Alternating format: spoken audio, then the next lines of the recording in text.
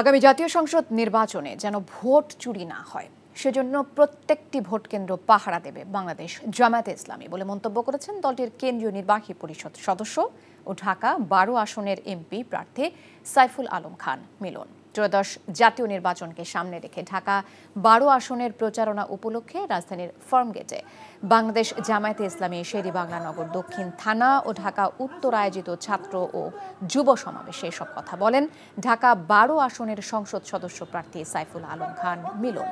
এ সময় প্রধান উপদেষ্টা গণভোট ও জাতীয় নির্বাচন একই দিনে করার কথা বলে জাতিকে হতাশ করেছেন বলেও মন্তব্য করেন তিনি।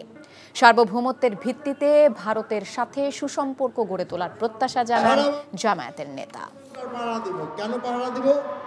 যে জনগণ যেন তাদের ভোট দিতে পারে, কোনো দুর্বৃত্ত যেন তাদের উপরে চড়াও হতে না পারে, কোনো দুর্বৃত্ত যেন সেন্টারের ভিতরে দিকে সিল মারতে না পারে।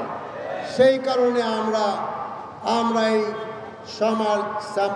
নির্বাচন কেন্দ্রগুলোকে পাহারা দিতে চাই।